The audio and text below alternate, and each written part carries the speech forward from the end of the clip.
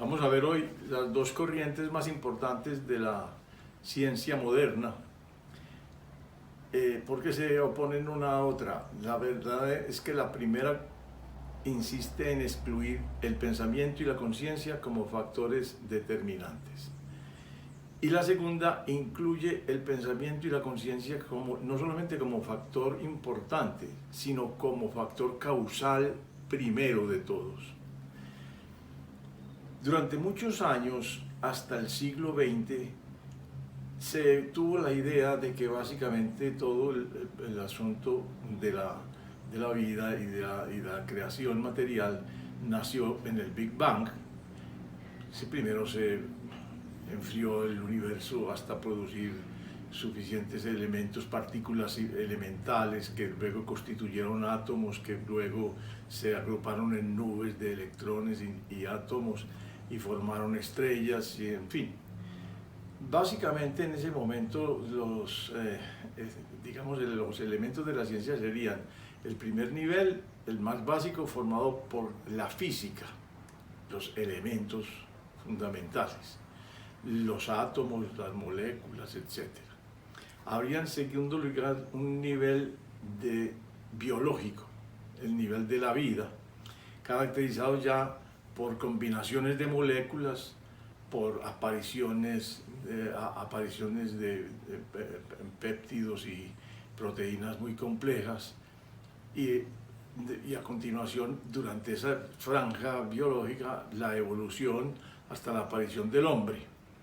Y ahí aparición de la conciencia, donde claramente la conciencia es un producto básicamente fugaz de las reacciones bioquímicas del cerebro. El asunto se mantuvo así hasta que apareció el experimento más crucial de la física cuántica, que es el experimento de la doble rendija. Está orientado ese experimento a establecer si la luz es una onda o si la luz se comporta como una partícula. En realidad el experimento se ha reproducido miles y miles de veces en los laboratorios y da siempre el mismo resultado. Y ese resultado es el siguiente: cuando la luz se hace pasar a través de esas dos rendijas sin que nadie esté observando el fenómeno, siempre se comporta como una onda. Eso se manifiesta porque en la pared donde finalmente llega la luz se ven un montón de interferencias que son producidas por las ondas que chocan entre sí. Entonces muestran un resultado de interferencias como sombras en la pared. Ahora bien, cuando se hizo el experimento con alguien determinando por dónde pasaba la luz, por cuál rendija pasaba, siempre se encontraba que pasaba una partícula, o sea que la luz se comportaba como partícula.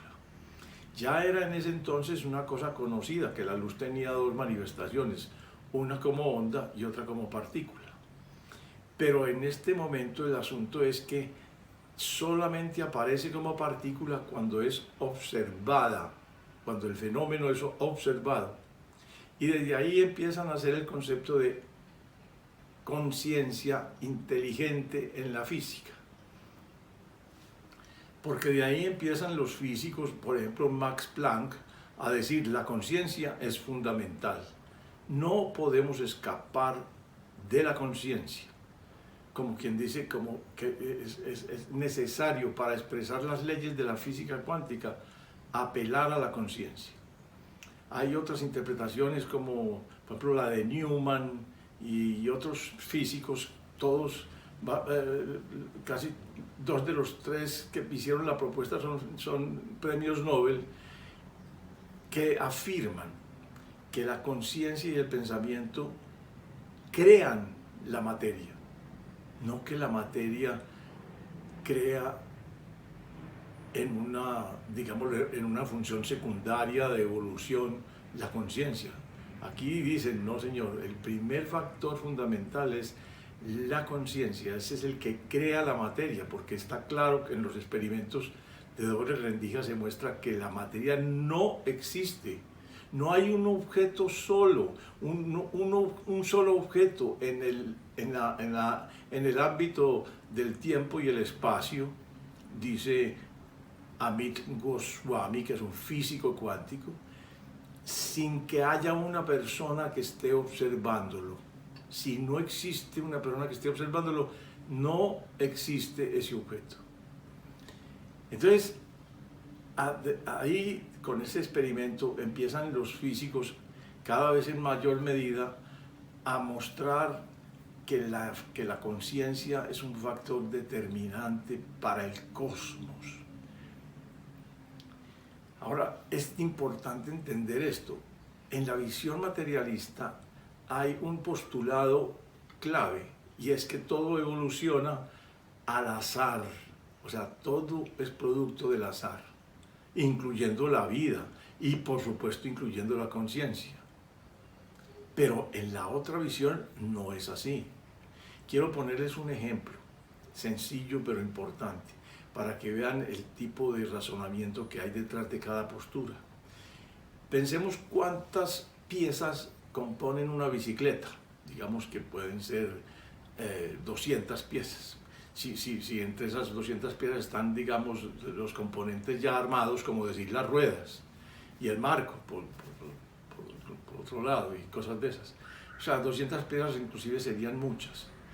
Pero lo que subyace en el fondo de la visión materialista es que con el tiempo, si lanzamos esas piezas componentes al aire, terminarán por caer en muchas formas, dentro de ellas como una bicicleta armada completamente. Porque el punto es hasta qué punto nuestra mente admite eso como una verdadera posibilidad. Porque del otro lado, lo único que se nos ocurre a nosotros decir científicamente es, cuando uno ve un aparato de esos de relativa complejidad, porque pues es mucho más complejo un avión, por supuesto, y la vida sí que es muchísimo más, pero aún para una bicicleta sería mucho más fácil decir, hay detrás de ese mecanismo una mente creadora, una conciencia inteligente que diseñó y agrupó los recursos necesarios para producir ese fenómeno. Eso es, digamos, la visión más cercana a la concepción de la ciencia, donde la conciencia es clave. Y en la vida ordinaria hay que reflexionar importantemente. Miren, a todos nos ha pasado un fenómeno como este. De pronto uno en algún momento salió de la casa y en lugar de dirigirse al trabajo, dice, voy a pasar por donde mi mamá a hacer esta vuelta, a saludarla y a ver cómo está y no sé qué.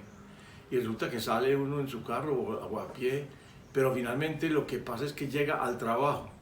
¿Qué pasó ahí? ¿Qué pasó ahí? Porque eso es muy frecuente y es más frecuente en algunas personas que en otros.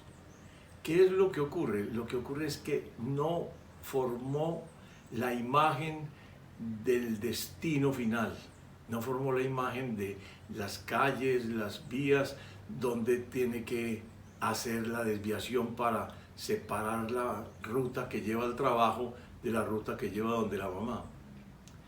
Y si no hace esa visualización, si no utiliza la capacidad, la conciencia inteligente para construir previamente el plan de ruta, aquí le pasa una y otra vez, o sea, se le olvida.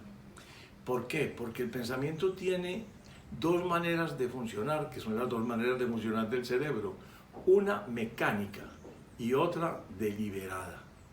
Y sabemos que en el cerebro no se desarrolla nada sino por vía de deliberación, pero sobre todo sabemos que lo mecánico no engendra de ninguna manera y en ningún momento la deliberación y la conciencia.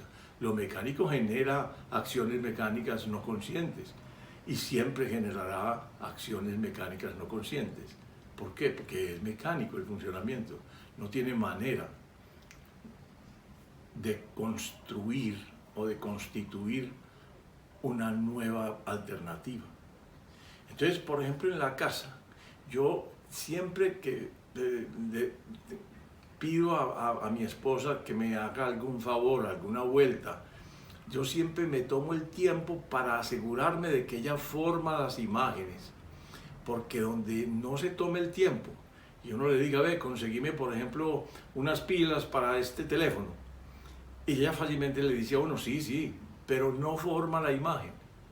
Entonces uno está casi seguro que sale a la vuelta, a las vueltas, va al supermercado, compra toda la lista de mercado que tenía, la que llevó apuntada, pero esa que le dije al final se le olvida, no la consigue, no la compra.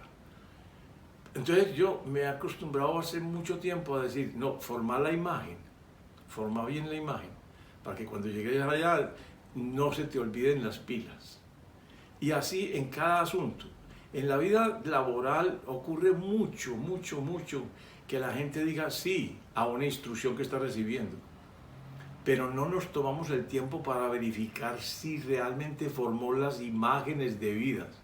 Y después nos encontramos con la sorpresa de que, habiendo dicho sí, no hace, no cumple, no realiza lo que habíamos acordado. Y eso es un fenómeno muy frecuente en las empresas.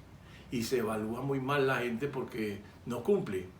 Pero el problema es de los dos, es tanto del jefe como que da la instrucción como del que la debe ejecutar.